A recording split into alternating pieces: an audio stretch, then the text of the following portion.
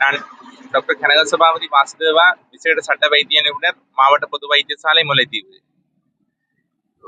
மூன்றாம் கட்டமாக தொடர்ந்த கொக்குதொடுவாய் மனித புதைகுழி அகழ்வு பணியானது அதிலுள்ள எண்புக்கூடுகள் அனைத்தும் எடுக்கப்பட்ட நிலையில் இன்று பகுதி அளவில் மூடப்பட்டுள்ளது, மண் நிரப்பி மூடப்பட்டுள்ளது.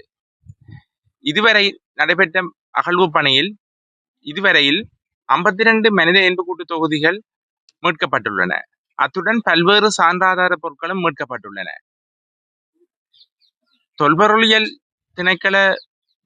தொல்பொருளியல் பேராசிரியர் ராஜ் சோமதேவ மற்றும் ஸ்கேன் பரிசோதனை முடிவுகளின் பிரகாரம் இம்மனித புதைகுழியானது மேலும் நீட்டிப்பதற்கான சாத்தியக்கூறுகள் இல்லை என்று உறுதிப்படுத்தப்பட்ட நிலையில் நீதிமன்ற அனுமதியுடன் இன்று பகுதி அளவில் மூடப்பட்டுள்ளது.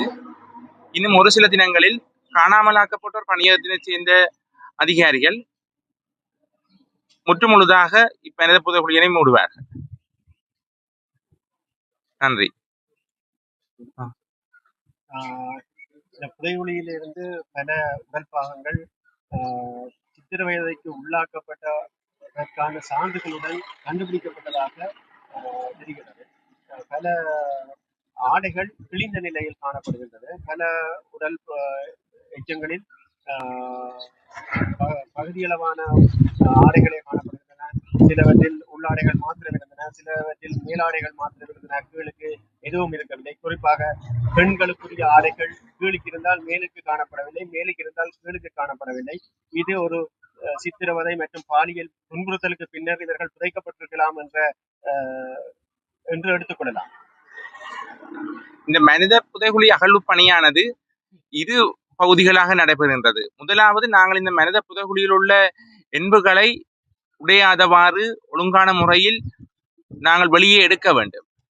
இவ்வாறு எடுக்கப்பட்ட எண்புகள், உடைகள் மற்றும் ஏனைய சான்றாதார பொருட்களை அடுத்த கட்டமாக, இரண்டாவது கட்டமாக ஆராய வேண்டும்.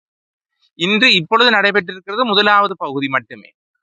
அதாவது இந்த மண்ணில் புதைக்கப்பட்டிருந்த எண்புகள், உடைகள், ஏனைய சான்றாதார பொருட்கள், துப்பாக்கி சன்னங்கள், சைனைட் குப்பிகள் மற்றும் இலக்க தகடுகள் யாவுமே எடுக்கப்பட்டிருக்கின்றன.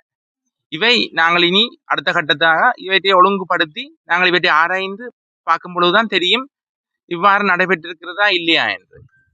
சர்வதேச ரீதியாக ஒரு மனித உடல் புதைக்கும் போது அந்த மனித உடலுக்கான சரியான முறையான நீதியான முறையில் தாக்கப்பட வேண்டும் என்பது ஒன்று. ஆனால் இங்கு நீங்கள் முதலாவது அகழ்விலிருந்து கடைசி மட்டும் என்ற ரீதியில இந்த புதைக்குழி மிக மிக மோசமான முறையில் மனித உரிமைகள் மீறப்பட்டதாக கருதக்கூடிய மாதிரி இருக்கு ஐடியா.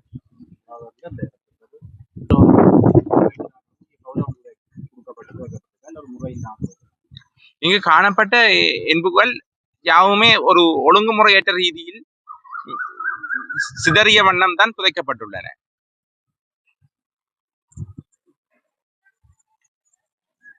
இங்கு காணப்பட்ட உடல் பாகங்கள் மற்றும் சான்று பொருட்களின் அடிப்படையில் இங்கு காணப்படுகின்ற உடல் எச்சங்கள் எந்த தரப்புக்குரியதாக கூடுதலாக கருதலாம்? அநேகமாக இவை விடுதலை புலி உறுப்பினர்களால் தான் கருதப்படுகின்றது. வேறு ஏதாவது தரப்பு இது தங்களுடையதாக இருக்கலாம் என்ற ஏதாவது கோரிக்கைகளை முன்வைத்துள்ளதா?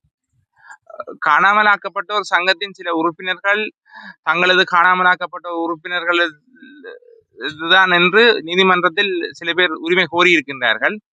அது சம்பந்தமான வழக்கு எதிர்வரும் ஆகஸ்ட் மாதம் 8ஆம் தேதி நடைபெறும் பொழுது அவர்கள் வந்தால் நாங்கள் அவர்களுடைய டிஎன்ஏ சான்றாதாரங்களை பெற்று, இந்த எலும்புக்கூட்டில் உள்ள டிஎன்ஏ ஆதாரங்களையும் பெற்று நாங்கள் ஆய்வுக்கு உட்படுத்தலாம்.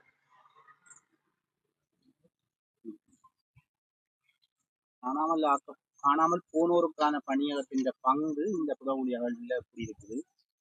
அவையில் எவ்வாறான உங்களோட பணிக்கு எவ்வாறான உதவிகளை வழங்கும்? காணாமல் போனோர் பணியகம் தான் இந்த பணிகளை முக்கியமாக இந்த நிதி சம்பந்தமான இதுகளை பெற்று தந்தார்கள் நீதி அமைச்சிடமிருந்து கோரி. அது தவிர இந்த பணிகளை ஒருங்கமைத்து நடத்தியதும் அந்த காணாமலான பணியகத்தின் பிரதிநிதிகள் தான். அவர்களுடைய பிரசன்னம் போதிய அளவில் காணப்படவில்லை என்ற குற்றச்சாட்டு முன்வைக்கப்படுகிறது. இன்றும் கூட அவர்கள் இல்லை. நேற்றும் வந்ததாக தெரியவில்லை. நான் அவர்களை தொடர்பு கொண்டேன். அவர்கள் வேறு பணிகளில் இருக்கிறதால குறுகிய அறிவித்தல்ல வரையில்லாமல் இருக்குன்னு சொன்னார்கள். அதன் காரணமாகத்தான் இன்று மனித புதகுழியானது பகுதி அளவில் மூடப்பட்டுள்ளது. மிகுதியானது அவர்கள் முன்னிலையில் காணாமலாக்கப்பட்ட சங்க பிரதிநிதிகள் முன்னிலையில் மூடப்படும். எடுக்கப்பட்ட 52 எலும்பு கூட்டு தொகுதியிலிருந்து எத்தனை முழுமையாக எத்தனை பகுதி அளவுல கை கால் இழந்த நிலையில எத்தனை எடுக்கப்படும்? நாங்கள் அது சம்பந்தமான இதை வடிவாக ஆராய்ந்த பின்னரே தான் கூறலாம். இப்பொழுது நாங்கள் 52 முழுமையாகவோ பகுதி அளவிலே எடுக்கப்பட்டிருக்கு. என்ன இது ஆராயிரத்திற்கு ஒரு எலும்புக்கூட்டை ஆராய்ந்து ஃபுல்லா பார்த்து முடிக்கவே கிட்டத்தட்ட ஒரு நாள் மட்டும் செல்லும். அப்ப நாங்கள் இந்த வெளி களத்தில் வச்சு இந்த எலும்புக்கூட்டுகளை ஆராய்ச்சி பண்ண முடியாது. இதற்கு பிரத்யேகம் அமைக்கப்பட்ட அறைகள், மேசைகள், வெளிச்ச வசதிகள், கேமரா வசதிகள் முன்னிலையில் தான் நாங்கள் இவற்றை செய்யலாம். அவ்வாறு ஆராயும் பொழுதுதான் தெரியும் எத்தனை பகுதி அளவிலே வந்திருக்கு, எவ்வளவு முழுமையாக பெறப்பட்டிருக்கின்ற விவரங்கள் அந்த ஆராய்வின் பின்பு தான் தெரிய வரும். இந்த ஆராய்வுக்கு உட்படுத்த எவ்வளவு காலம் உங்களுக்கு தேவை?